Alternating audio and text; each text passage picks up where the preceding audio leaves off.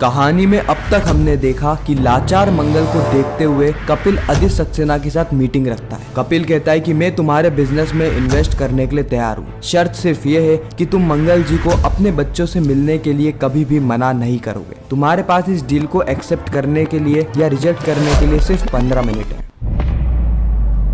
Aditya 15 minute होने के 10 second पहले कपिल भटनागर को कॉल करता है और कहता है कि सर मुझे आपकी डील मंजूर है। साथ ही वह मंगल को लेकर अपने घर पहुंच जाता है। इस ओर सौम्या के हाथों अपना नया मंगलसूत्र ही टूट जाता है। कुसुम कहती है कि यह तो अपशगुन है, तुम्हारे और आदित्य के रिश्ते में दरार आ सकती है। और फिर सौम्या मंगल को देखती है एंड उसके पांव तले जमीन खिसक जाती है। तो अब आगे क्या हुआ ये पूरी कहानी हम जानने वाले हैं आज के एपिसोड में। तो बिना किसी वक्त गवाए चलिए मंगल लक्ष्मी के लेटेस्ट एपिसोड का रिकैप टेलीविजन से भी पहले शुरू करते हैं। कपिल कहता है कि आदित्य सक्सेना आप इतना डेस्परेट मत होइए, पहले मेरा पूरा ऑफर सुन लीजिए, उसके बाद डिसाइड करना कि आप मेरे साथ बिजनेस करना चाहते हैं या नहीं। आदित्य कहता है कि सर इसकी कोई भी जरूरत नहीं है, मुझे आपकी सारी शर्तें मंजूर है, आपको जितना भी प्रॉफिट चाहिए आप ले लीजिएगा। कपिल कहता है कि मेरा ऑफर प्रॉफिट के लिए नहीं है, मेरा ऑफर ये है कि आप मंगल जी को उनके बच्चों से मिलने के लिए कभी भी नहीं रोकेंगे। कपिल भटनागर की यह बात सुन के आदित्य बौखला जाता है। आदित्य कहता है कि सर ये क्या कंडीशन है, अभी थोड़ी देर पहले तो आप प्रोफेशनलिज्म की बात कर रहे थे और अब आपने मेरी पर्सनल लाइफ को भी यहाँ पर जोड़ दिया है। सर ये सही बात नहीं है, आप मेरी मजबूरी का गलत फायदा उठा रहे हैं। कपिल कहता है कि मैं तुम्हारी मजबूरी का गलत फायदा उठा रहा हूँ, तो क्या तुमने मंगल जी की मजबूरी का गलत फायदा नहीं उठाया, उनको उनके सगे बच्चों से दूर करके? और वैसे भी आदित्य सक्सेना वो आप ही थे जो कि अपनी पर्सनल लाइफ को प्रोफेशनल लाइफ के बीच में लेकर आए। वो आप ही थे ना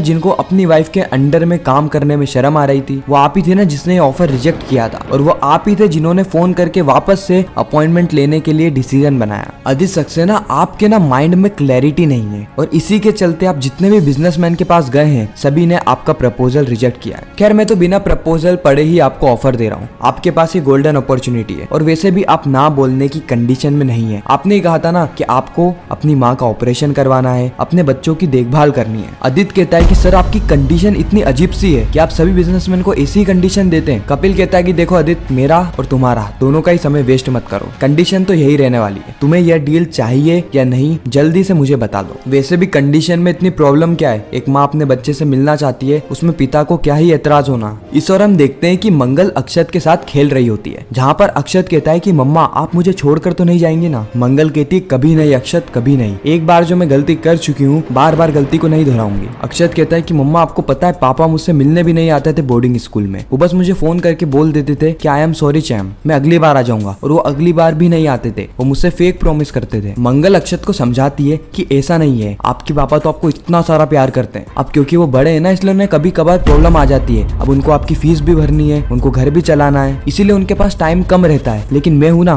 तुम जब भी मुझे याद करोगे तब मैं आ जाऊंगी। अक्षत कहता है कि मम्मा मेरे को 6 महीने पहले आपके साथ आना था लेकिन मैं नहीं आया, आपको बहुत ज्यादा बुरा लगा होगा ना। और यह बात सुन के मंगल को एक बड़ा सा झटका लगता है। मंगल मन ही मन में कहती कि अक्षत मैंने तुम्हें जितना 6 महीने मिस किया है ना, इतना शायद इस दुनिया में किसी ने भी नहीं किया होगा। कपिल कहता है कि मिस्टर सक्सेना अभी 5:45 हो रहे हैं, 6 बजे तक आपका जो भी डिसीजन है मुझे बता देना। आदित्य कहता है कि सर बस 15 मिनट, मैं 15 मिनट के अंदर मेरी लाइफ का सबसे बड़ा डिसीजन कैसे ले सकता हूँ। कपिल हंसते हुए कहता है कि मिस्टर सक्सेना आपने MBA किया है ना, तो आपको यह तो पता ही होगा कि अपॉर्चुनिटी आती नहीं है बल्कि अपॉर्चुनिटी को क्रिएट करना पड़ता है। अब आपके सामने मौका है, आप अपॉर्चुनिटी को क्रिएट करके अपनी जिंदगी बदलना चाहते हैं या फिर अपने ईगो के चलते अपना करियर बर्बाद करना चाहते हैं। कपिल कहता है कि मिस्टर सक्सेना मेरे पास अब इतना फिजूल का समय नहीं है कि मैं आपके साथ बैठ के इन चीजों के बारे में डिस्कस करूं, मेरा ऑफर यही है और यही रहने वाला है। आपके पास 15 मिनट है, अगर आपका जवाब हाँ में होने वाला है तो आप मुझे कॉल करके बता सकते हैं, नहीं तो you may leave and reject the offer. और आपके बिजनेस का प्रपोजल लेके 100 और बिजनेसमैन के पास जाना, वह भी इसे रिजेक्ट ही कर देंगे, तो आप यहाँ से जा सकते हैं। आदित्य ऑफिस से बाहर आता है और उसी वक्त उसे सौम्या का कॉल आ जाता है। सौम्या आदित्य से कहती है कि आदित्य बताओ, उस इन्वेस्टर ने तुम्हारे बिजनेस में इन्वेस्ट किया या वापस से तुमने कोई हरकत कर दी है। आदित्य कहता है कि सौम्या मैं किसी और से क्या ही उम्मीद रखूं जब तुम ही मेरे बारे में ऐसा सोचती हो। सौम्या कहती है कि आदित्य हम दोनों ऐसे ही तो एक दूसरे से बात करते हैं फनी वे में, तो मुझे ये बताओ कि तुम्हारा बिजनेस इन्वेस्टेबल बना या नहीं बना।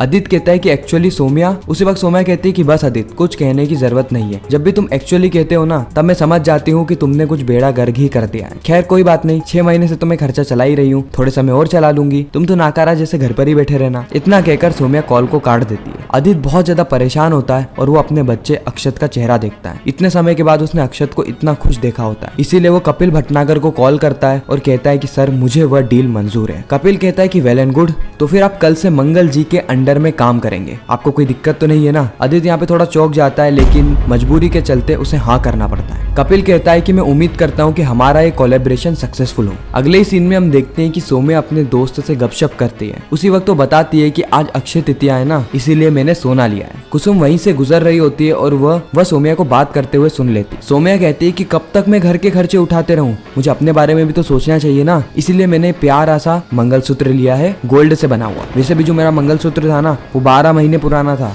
उसी वक्त सौम्या की नजर कुसुम पर पड़ती है, जो कि बाहर खड़े खड़े सारी बातें सुन रही होती है। सौम्या कॉल को कट करती है और कुसुम को बुलाते हुए कहती है कि अम्मा आपको कोई काम वाम नहीं है क्या, आप मेरी सारी बातें छुप छुप कर सुन रही है। कुसुम कहती है कि मैं छुप छुप कर नहीं सुन रही थी, मैं पानी पीने जा रही थी, उसी वक्त तुम्हारे चिल्लाने की आवाज आई। फिर कुसुम की नजर पड़ती है उस सोने के मंगलसूत्र पर। उसी वक्त सौम्या बताती है कि आज अक्षय तृतीया है ना, इसलिए मैंने मंगलसूत्र ले लिया। कहा जाता है कि सोना लेना इस दिन शुभ माना जाता है, लेकिन जैसे ही वो मंगलसूत्र पहने उससे पहले ही वो मंगलसूत्र टूट जाता है। और कुसुम कहती है कि मंगलसूत्र टूटना तो एक अपशगुन है, आदित्य और तुम्हारे रिश्ते में खतरा आने वाला है। सौम्या कहती है कि अम्मा आप कुछ भी बातें क्यों कह रही है, अगर आप कुछ अच्छा नहीं कह सकती ना तो कुछ बुरा भी मत कहिए। आप जाइए आपके कमरे में और वो बूढ़े अंकल की तस्वीर से बातचीत कीजिए। कुसुम को यहाँ पर बहुत ज्यादा बुरा लगता है कि उसके मरे हुए पति के इतना कुछ कह रही है, लेकिन ठीक है वो अभी इस कंडीशन में नहीं है कि वो सौम्या को जवाब दे सके। इस और हम देखते हैं कि अक्षत आदित्य से पूछ रहा होता है कि क्या मैं मम्मी से कभी भी मिल सकता हूँ। आदित्य हाँ में जवाब देता है। यह सुन के मंगल चौंक जाती है। मंगल मनी मन में सोचती है कि अक्षत के पापा इतनी जल्दी बदल कैसे गए, अभी तो इन्होंने मुझसे कहा था कि मैं अक्षत को देख भी नहीं सकती और ये अब अक्षत को हाँ कह रहे हैं। अक्षत मंगल से कहता है कि मम्मा आप भी हमारे साथ घर चलिए, और आदित्य कहता है कि मंगल तुम भी कार में बैठ जाओ, ये सारी चीजें मैं अक्षत के लिए कर रहा हूँ और किसी के लिए भी नहीं, क्योंकि वह तुम्हारे आने के बाद थोड़ा खुश हो गया, नहीं तो वो रो रहा था, इसलिए कुछ और मत समझना। इतना कहकर ये तीनों ही कार में बैठ जाते हैं और घर के लिए निकल पड़ते हैं। जैसे ही यह लोग घर के बाहर पहुंचते हैं उसी वक्त मंगल मनी मन में कहती है कि अम्मा और ईशाना मेरी आंखें तरस गई है आप दोनों की शक्ल देखने के लिए। लेकिन उसी वक्त मंगल को सौम्या की वो बातें याद आती है कि किस तरीके से वो अपने मंगलसूत्र पे गुरूर दिखा रही थी और किस तरीके से उसने मंगल को इस घर से भगाया, इसीलिए मंगल वहीं पर ही रुक जाती है। आदित्य कहता है कि मैं कुछ ना कुछ बहाना बना के मंगल को रोक लेता हूँ, नहीं तो अगर मंगल घर में आ गई तो सौम्या पूरे घर को सर पे उठा लेगी।